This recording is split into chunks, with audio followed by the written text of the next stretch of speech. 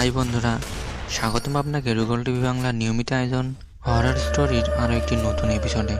তো অনেক হয়েছে বাইরের দেশের ভৌতিক ঘটনা নিয়ে আলোচনা, এবার হবে নিজের দেশ নিয়ে। ভৌতিক ঘটনাগুলো নিয়ে আবার কেউ ছুরি চালাতে যেয়ে না আমার উপর। রাতের বেলা এই ধরনের ভিডিও দেখতে কারই বা ভালো না লাগে, সেগুলো যতই হোক অবিশ্বাস্য ও রহস্যময় ঘটনা।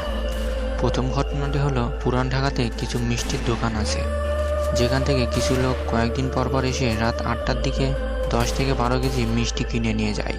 তারা যেই দোকানে ঢুকে সেই দোকানের মালিককে লাইট নিভিয়ে দিতে বলে। তারা অন্ধকারে আসে, অন্ধকারে চলে যায়। এই লোকগুলো আকারে অনেক লম্বা এবং তাদের চেহারা আজ পর্যন্ত কেউ ভালোভাবে দেখতেও পারেননি। ধারণা করা হয় এরা জিন প্রজাতি। পুরান ঢাকার বেশিরভাগ মিষ্টির দোকানের লোকেরাই ওনাদের কথা জানেন।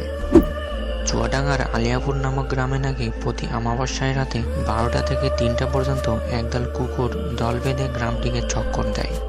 অনেকেই সেই কুকুরের দলকে দেখতেও পেয়েছেন। আশ্চর্যের ব্যাপার হলো, তারা শুধুমাত্র অমাবস্যা রাতেই উপস্থিত হয় এবং সারা মাসে তাদের আর কোথাও দেখাও যায় না। কয়েক যুবক মিলে একবার রাতে করে তাদের দেখার জন্য প্রস্তুতিও নেয়।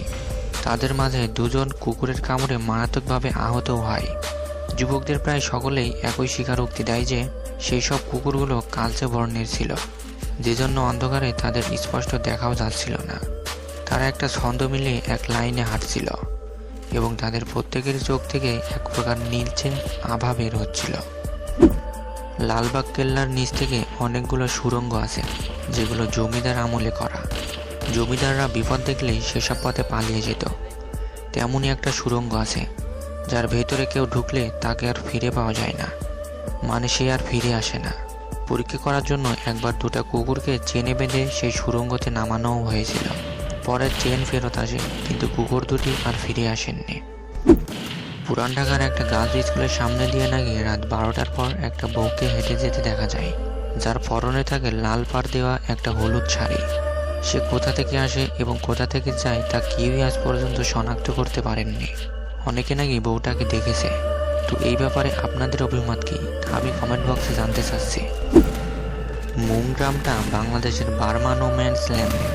আমি এখানে মৃত চিতাবাঘের ছাল দেখেছি। দুপুর 12টায় বুনো দাঁতালো শুকর ও ময়ূরও দেখেছি। দিনের বেলাতে বার্কিং টিয়ার আর ভাল্লুকের ডাকও শুনেছি। কাছের মুরঙ্গাম চিকন কালার লোকেরা বলে, প্রতি বছর নাকি হঠাৎ কোনো জানান না দিয়ে বনের ভিতর রহস্যময় ধূপধাপ আওয়াজও আসে। শিকারীরা আওয়াজটা শুনলেই সবাই দৌড়ে বন থেকে পালিয়ে আসে, কিন্তু প্রতি বছরই কয়েকজন পিছে পড়ে যায়। যারা পিছে পড়ে তারা আর কখনো ফিরেও আসে না।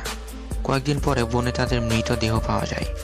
শরীরে কোনো আঘাতের চিহ্ন নেই, শুধু চেহারায় ভয়ঙ্কর আতঙ্কের ছাপ।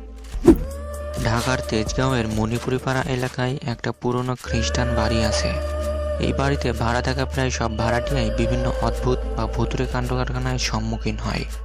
অনেক সময় গভীর রাতে রাত 1টা-2টার দিকে বাড়ির নিচের উঠানের দোলনায় কাউকে ঝুলতে দেখা যায়।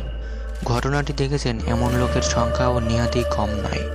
এছাড়াও বাড়ির ছাদে অনেক সময় নাকি গভীর রাতে কারা হইচইও করে, কিন্তু তৎক্ষণাৎ ছাদে গেলেও কাউকে দেখা যায় না। এই বাড়িটিকে ঘিরে লোকমনে কৌতূহলের কোনো শেষ নেই। শোনা যায় উক্ত বাড়িওয়ালার মেয়ে প্রায় 16 বছর আগে গলায় ফাঁস নিয়ে নিজ ঘরে মারা যায়। মেয়েটি মানসিকভাবে অসুস্থ ছিল। এই আত্মহত্যার পর থেকেই এমন অদ্ভুত সব কার্যকলাপের শুরু হয়। বন্ধুরা, পৃথিবীতে আরও এত ভুতুড়ে রহস্যময় সব ঘটনা রয়েছে যা এই ভিডিওতে বলে শেষ করা সম্ভব হবে না। তো পরবর্তীতে আমরা আরও নতুন কোনো হরর স্টোরির এপিসোড নিয়ে হাজির হয়ে যাব আপনাদের সামনে। তো সেই ভিডিওগুলো